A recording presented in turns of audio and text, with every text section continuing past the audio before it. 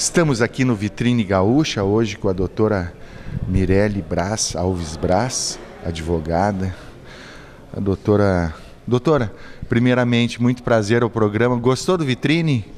Muito, Milton, é um lugar aprazível, muito bacana, passa um ar assim mesmo de distância para quem gosta dessa vida de campeira que a gente chama, parece que a gente está chegando numa estância mesmo, de cara a gente vê aquele costelão ali, já fica com água na boca, né? É o feijão mexido, realmente comidas típicas, carreteiro de charque, enfim, venha conhecer se você não conhece ou venha aqui desfrutar realmente. Não é um rodízio, você se serve, mas se serve à vontade, um buffet livre inclusive das carnes. Um lugar muito bonito, realmente, bem aprazível. Para quem conhece a vida campeira, é a cara do gaúcho. E tu gostas já de cavalo, tu tem um pouquinho desse espírito, né? A doutora realmente faz equitação, né, que chama? Eu faço hipismo, na verdade, né, na Sociedade Hípica Porto Alegrense, e eu gosto muito dessa vida. Todo esse clima campeiro é bacana, é bonito, é charmoso e é gostoso e é muito típico nosso. E no Facebook também tu colocas, tu adora animais, de tudo todas as espécies, né, doutora? Isso é muito importante na vida, gostar dos animais.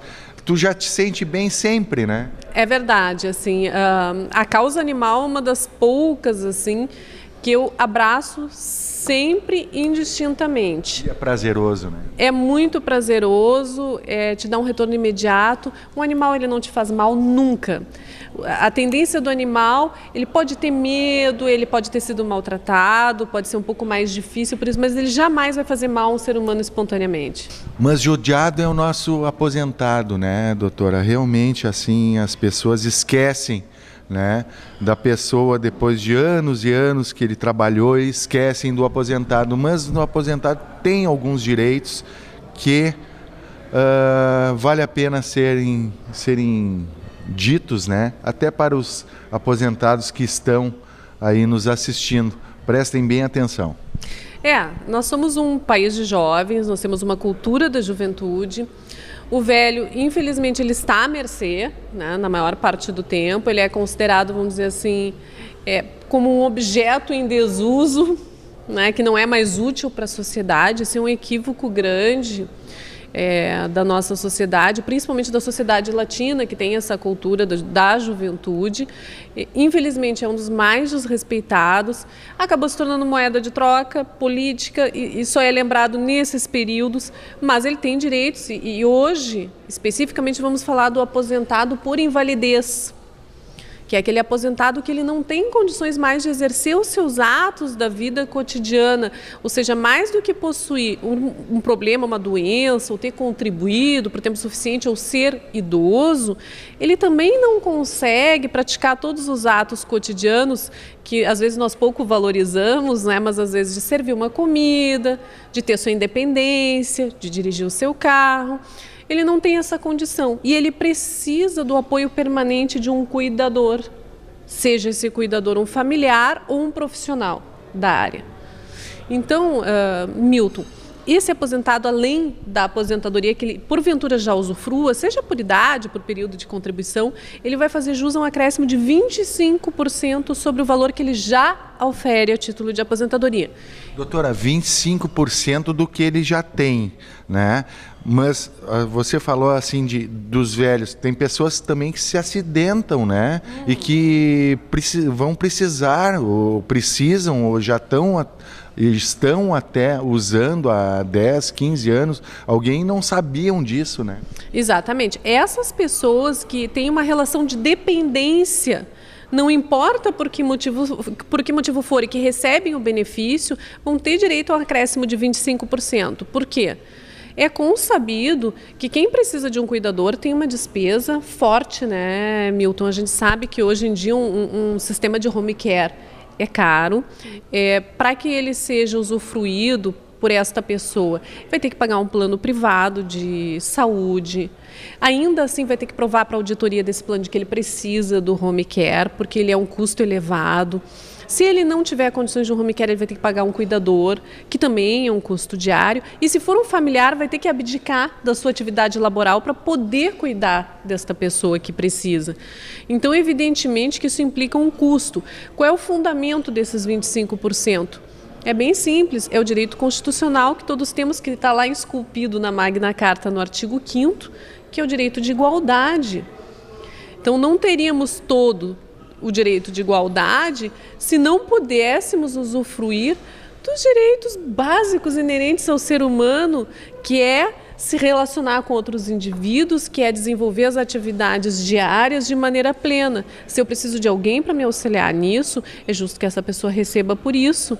É justo que eu não seja prejudicada pelo sistema recebendo um valor que jamais vai poder fazer frente a esse custo. Então, 25%. Isso já não teria que ser assim uma obrigação do plano privado ou do próprio plano de saúde, o SUS? Na verdade, assim, lógico que o aposentado ele vai ter que comprovar essa condição para o INSS. O INSS. Exatamente, é uma obrigação do INSS. Ele vai comprovar através de laudo médico, pode ser um laudo particular, que vai ser confirmado em perícia. A gente sabe que, assim, qual é a rotina do INSS? Tem sido a negativa, infelizmente. Aí vai ter que buscar a via judicial para consolidar esse direito, a esses 25%, que vai poder, inclusive, extrapolar o teto previsto para a aposentadoria. Então, pode chegar até 125% o rendimento deste aposentado que precisa. Se a pessoa pagava 10 salários, ele chegou ao teto, que seria... Isso, ele chegou ao teto, não significa que ele vai ter que se limitar a esse teto, ele vai poder ultrapassar esse teto porque sim, porque ele faz jus a um cuidador. É um dos únicos casos em que é permitido ultrapassar o teto. E infelizmente, Milton, assim, eu tenho conversado com diversas pessoas que necessitam de cuidadores que desconhecem esse direito. Então, para ver como, infelizmente, nós estamos em 2014, na geração da informação, na era digital, e as pessoas ainda desconhecem os seus direitos, 25%. Lembrando que, vamos supor que a pessoa esteja inválida e necessitando de um cuidador há 5 anos. Porém, ela só descobriu esse direito hoje quando nos ouviu. Ela está lá nos ouvindo em casa e descobriu que faz jus a esse direito. Ela vai poder pleitear retroativamente ao período em que ela necessitou desse acompanhante. Ou seja, o INSS vai ter que arcar com todos esses valores de acréscimo lá desde o período em que ela ficou inválida, em que ela precisou se aposentar e que ela precisou desse cuidador. Evidentemente, nós vamos ter que demonstrar isso, né? Claro, é provar isso, que o guarda tem os recibos, ou realmente... Pô, doutora, muito interessante isso. Outra coisa também, que falando sobre aposentadoria, né? A pessoa se aposenta lá com 5 salários, recebeu 5 salários durante 1 ano, depois foi sendo espremida com os reajustes diferentes, né, que sempre dão para o salário mínimo e para quem está na ativa e para quem, né, o recebimento, quem paga na ativa paga mais e quem recebe menos, assim vai. Hoje está recebendo um salário mínimo, também pode pedir nessa revisão. Claro, a gente ingressa com uma ação de revisão de benefício, também faz o pedido que seja retroativo, a mesma coisa. Inclusive, se a pessoa tiver as duas situações, vamos supor que ela tem as duas situações. Não, eu sofri um achatamento, eu preciso revisar meu benefício e também faço jus a esses 25%. Pode se pleitear na mesma demanda, inclusive. Ganha uma fortuna, né? E são valores expressivos, lógico, porque vão ser corrigidos, vão ser atualizados. Vou fazer uma ressalva aqui importante, que às vezes até os advogados desconhecem. Quando ela receber todas essas atualizações e correções, uma das preocupações do segurado e como é que vai ficar meu imposto de renda? É ganho de capital? Ou seja, vou ter que pagar a tributação sobre isto agora? Então, assim, para esclarecer bem para o segurado, porque, via de regra, o INSS já pede a tributação na própria ação judicial. Então, assim, não pode ser tributado. Por quê? Porque se está indenizando o segurado Na verdade, não foi por culpa dele que ele não oferiu e não contribuiu lá atrás para o imposto de renda. Recebeu? Ele não recebeu. Então, é o que a gente chama assim de recompor o status quo ante. Se está indenizando o segurado, restituindo o que era seu de direito lá atrás e que ele não recebeu. Bom, é isso. É a questão de ter confiança na doutora. E realmente ela está aqui exatamente porque eu tenho confiança nela. A doutora também. Doutora, gostaria que você apresentasse como patronesse, né, essa bela ação que realmente, infelizmente, só vai passar domingo e terça, que vocês vão ver. No sábado, quando for passar o replay, já passou. Mas apresente para o nosso telespectador. Na verdade, assim, é o Lar Luz da Criança, é um lar espírita, né, que a gente busca auxiliar de alguma forma. Os créditos são todos da Gorete Pereira, que é a esposa do nosso querido Roberto.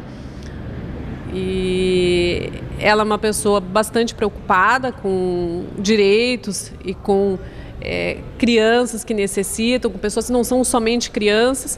E eu sou patronesse desse evento que vai ser no dia 23, um jantar, uma paeja solidária.